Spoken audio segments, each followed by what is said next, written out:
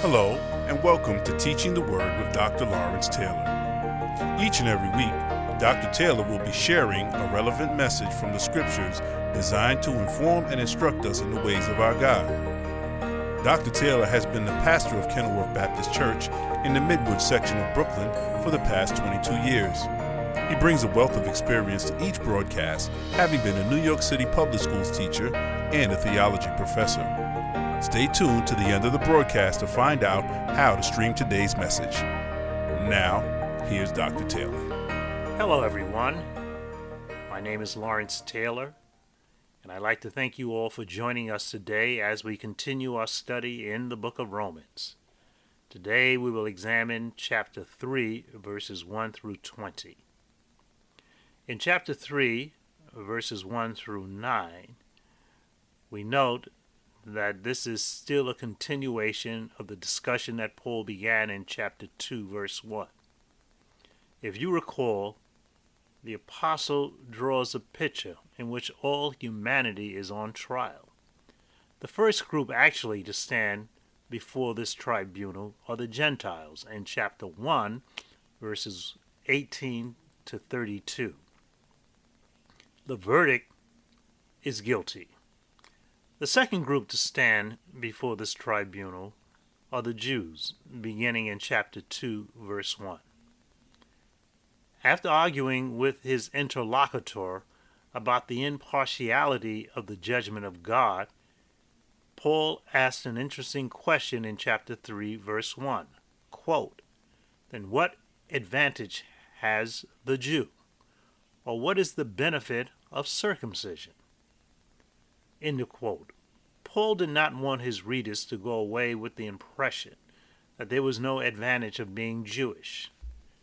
The answer to this question actually begins in verse 2.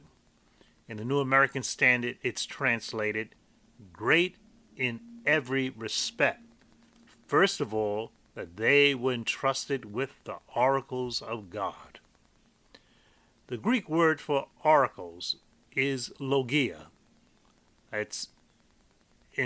it's transliterated, it's spelled Logia, a word derived from the well-known word logos, which is word. In this context, logia denotes the Old Testament and all its revelatory prerogatives that God gave to Israel. The same word is found in Acts chapter 7, verse 38.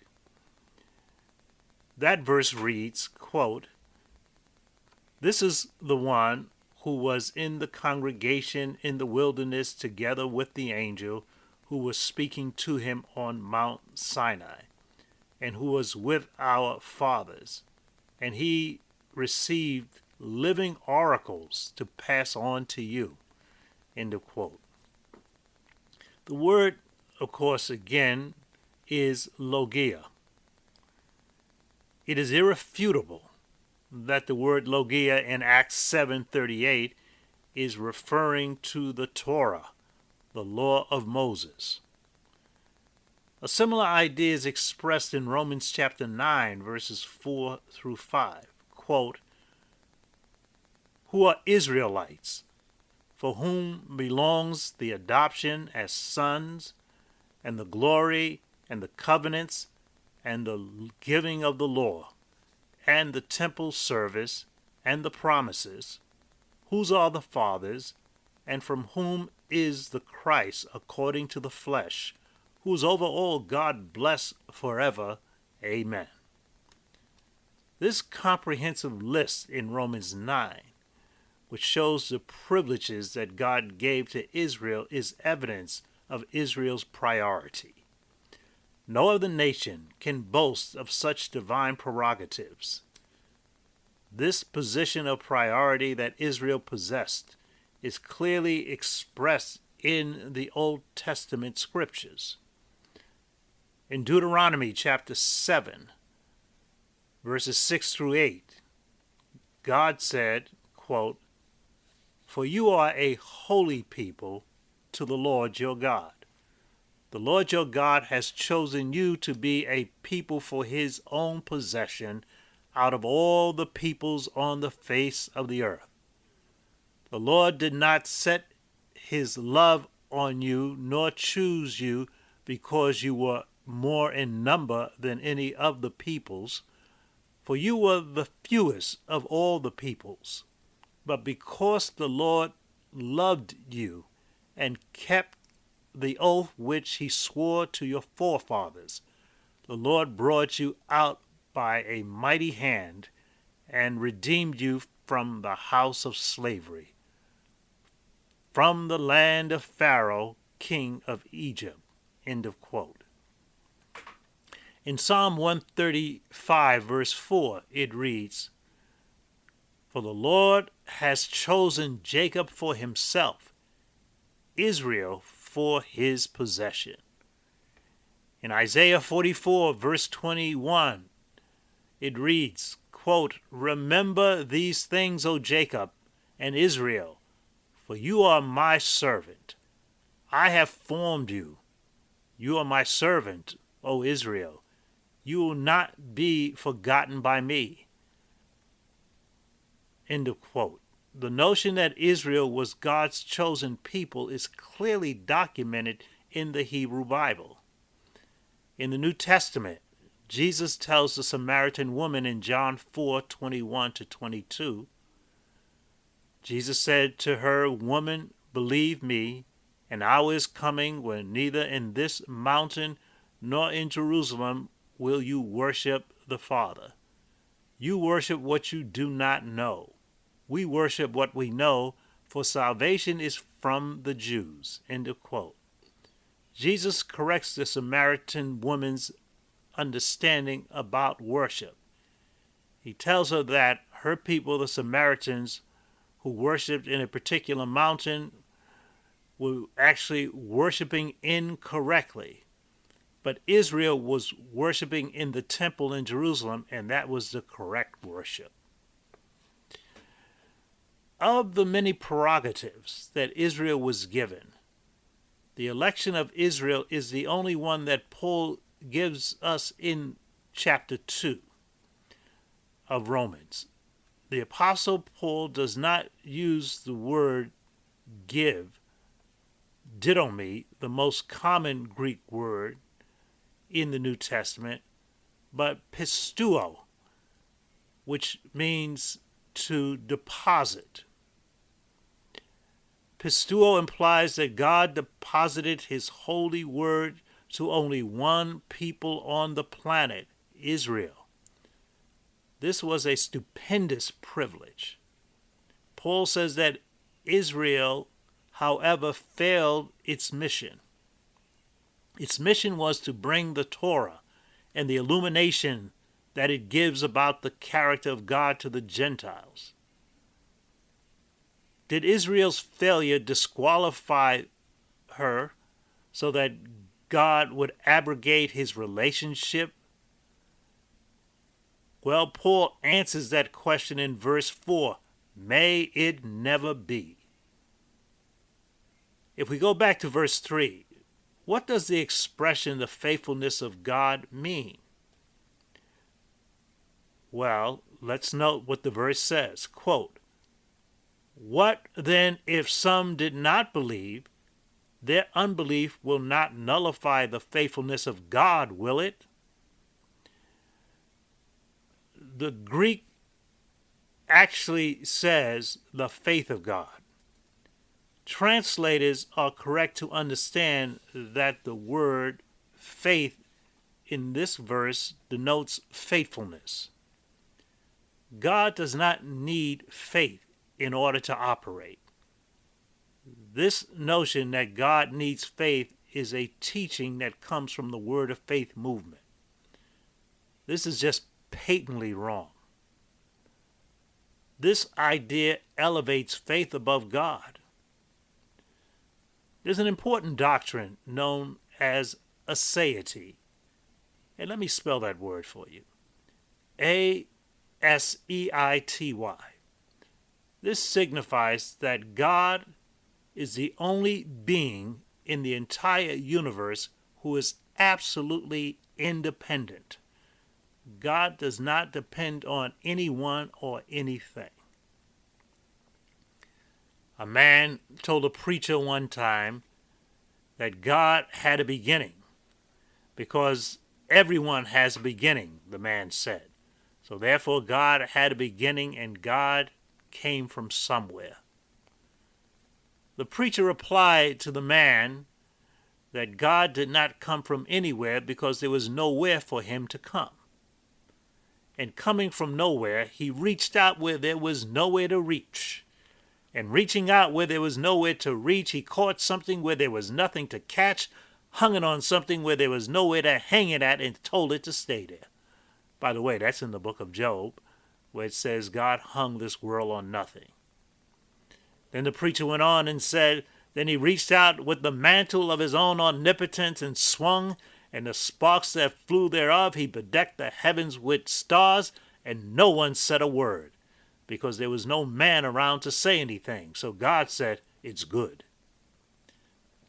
Well, getting back to our passage, the question can be asked, can the word faith mean faithfulness?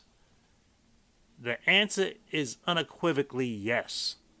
We have a number of passages in the New Testament that prove that. I'll cite just a few.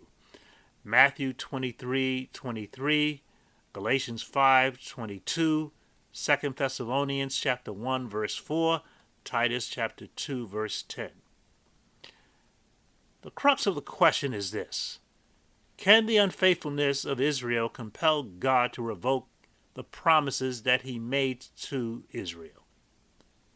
This question is so important to the apostle that he wrote 3 chapters in his book on that subject, chapters 9, 10, and 11. What is the dilemma that Paul is faced with?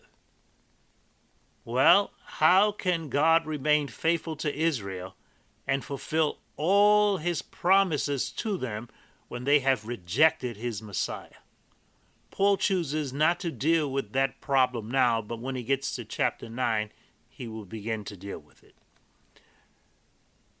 Well, if you note in our passage here in chapter 3, verse 2, it reads, but if our unrighteousness demonstrates the righteousness of God, what shall we say? The God who inflicts wrath is not unrighteous, is he? I am speaking in human terms. Well, what does Paul mean here? The interlocutor now engages in a perverted argument. He suggests that Paul has argued that our unrighteous acts cannot relinquish God's faithfulness in actuality. So what that means is that our unrighteousness actually makes God look good because he shows his faithfulness in the face of our unfaithfulness. Since this is the case, this interlocutor would ask, why does God insist on punishing the unfaithful person who is making God look good? Isn't that unfair of God? Well, Paul dismisses the argument in verse 6 when he writes, how will God judge the world? So Paul does not even deal with the argument. He just dismisses it as a perverted argument. Paul comes to his most poignant conclusion in chapter 3, verse 9. Quote, what then? Are we better than they? Not at all. For we have already charged that both Jews and Greeks are all under sin. The New American Standard Bible translation of this verse is problematic. You will note that a number of different translators struggle with translating this. In the NIV, it reads, what are we to conclude then? Are we better? In the New Revised Standard Version, it reads, what then? Are we any better off? In the CEV version, it reads, what does all this mean? There seems to be no unanimity by translators on how this verse should be translated. Why do so many Bibles translate this verse differently? What is the issue? Well, the issue is really a Greek verb. The Greek verb translated in the New American Standard reads, are we better than they? Frederick Godet, in his commentary on Romans, argues persuasively that the verb should be translated sheltered. Are we sheltered? James Dunn, on the other hand, in his commentary on Romans, wrote, the verb means, are we worse off? The notion of being sheltered makes more sense in this context. The sense is, are we Jews sheltered from the judgment of God? And of course, the obvious answer is not at all. Paul has shown that there are no racial exemptions from the judgment of God. There is only one conclusion to draw. All are guilty before God. And that is what Paul argues in verses 10 through 20. The verdict is undeniably, both for Jews and Gentiles, guilty.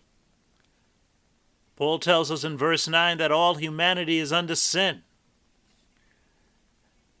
The expression under sin means more than just the judgment of sin, but under sin's control, domination. Then he goes on to use a barrage of Old Testament scriptures to prove his point. It is clear that Paul paints a picture of human depravity from verses 10 through 18. If you note, from verses 10 through 12, Paul uses the expression 4 times, there is none. He says it over and over again, there is none, there is none, there is none. There is not one person who is not guilty in the sight of God. When you get to verse 12 of chapter 3, which is a quotation from Psalm 14, verses 2 to 3, Paul uses 2 interesting Greek verbs. One verb, which is translated turn aside, actually means to deviate towards a bad path.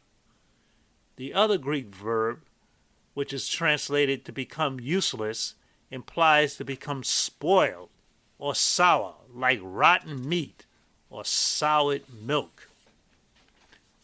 These verbs denote an inner corruption in the heart and soul of human beings. History is replete with the depraved actions of humans against one another.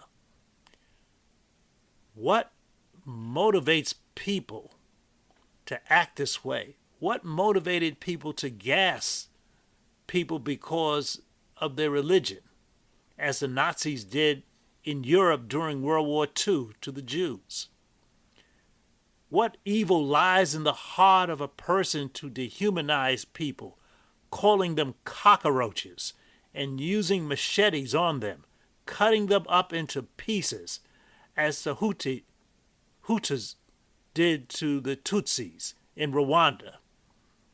Or what motivated the Khmer Rouge to wipe out hundreds of thousands of people in Cambodia? Well, the prophet Jeremiah gives us the answer. The heart is more deceitful than all else and is desperately sick. Who can know it? In Jeremiah chapter 17, verse 9. Paul wrote in verses 19 and 20 of Romans chapter 3, quote, now we know that whatever the law says, it speaks to those who are under the law, so that every mouth may be closed and all the world may become accountable to God. Because by the works of the law no flesh will be justified in his sight. For through the law comes the knowledge of sin. End of quote. The word law is a translation of the Greek word nomos, N-O-M-O-S. Nomos often refers to the Torah, the 5 books of Moses. There are many examples of that. But sometimes it also refers to the Old Testament. So in 1 Corinthians 14:21, Paul cites the book of Isaiah and refers to that as the law. Paul in chapter 3, verses 10 through 18, uses a litany of Old Testament passages, including passages from the Psalms and Isaiah as proof text to corroborate the doctrine of human depravity. The apostle uses the word law in verse 19 to refer to these passages. So it is clear that the law in this case is referring to the Old Testament. And what he says is that every human being is wicked. You know, the fact is that you cannot look to the law in order to get right with God. It is true that the law has value. It was a guiding light. It gave us a knowledge of sin. But the law has absolutely no power to justify a sinner nor sanctify a saint. The favor that we obtain from God is because of grace. I am so happy that I don't have to labor to gain God's favor. I am the object of his affection because Jesus did all things well for me at Calvary's cross. Trying to keep the law will not gain you favor from God. Louis Sperry Chafer, founder of Dallas Seminary, in his book Grace wrote, quote, "But when divine justice has finished its work and abandoned the field forever, divine grace is free to occupy the field alone in the full blaze of its infinite glory.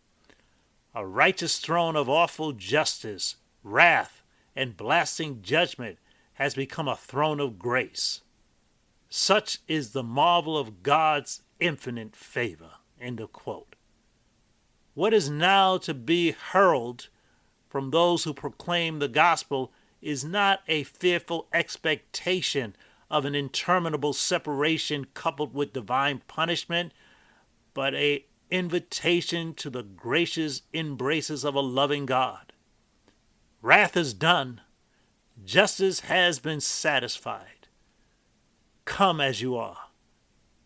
You cannot make yourself ready for such divine favor. Come as you are. Mired in the depths of a sinful life, Jesus says to us, come as you are. Broken-hearted and disappointed, Jesus says to us, come as you are. Disgruntled and upset with the entire world, Jesus says, come as you are.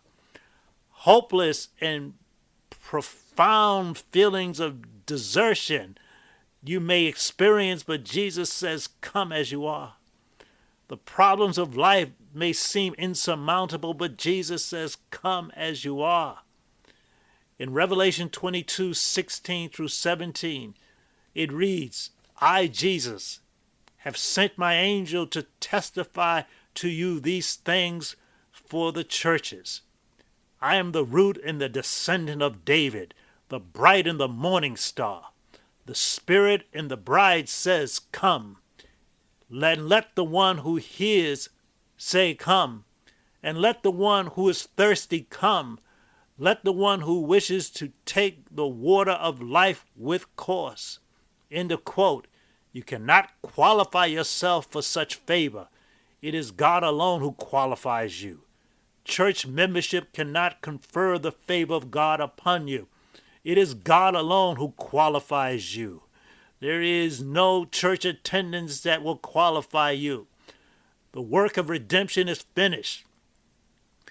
I only have to accept what has been done. The hymn writer said, "My faith has found a resting place, not in device nor creed. I trust the everlasting God, his wounds for me shall plead. I need no other argument, I need no other plea. It is enough that Jesus died, and that he died for me." Thank you for listening to today's program. This broadcast is an extension of the ministry of Dr. Lawrence Taylor and the Kenilworth Baptist Church. To stream today's message, please go to lawrencetaylorministry.com and click on Lawrence Taylor Ministry /message. Please join us again next week at the same time for Teaching the Word with Dr. Lawrence Taylor. As long as you are near, please be near me to the end. Thy word is a lamp unto my feet.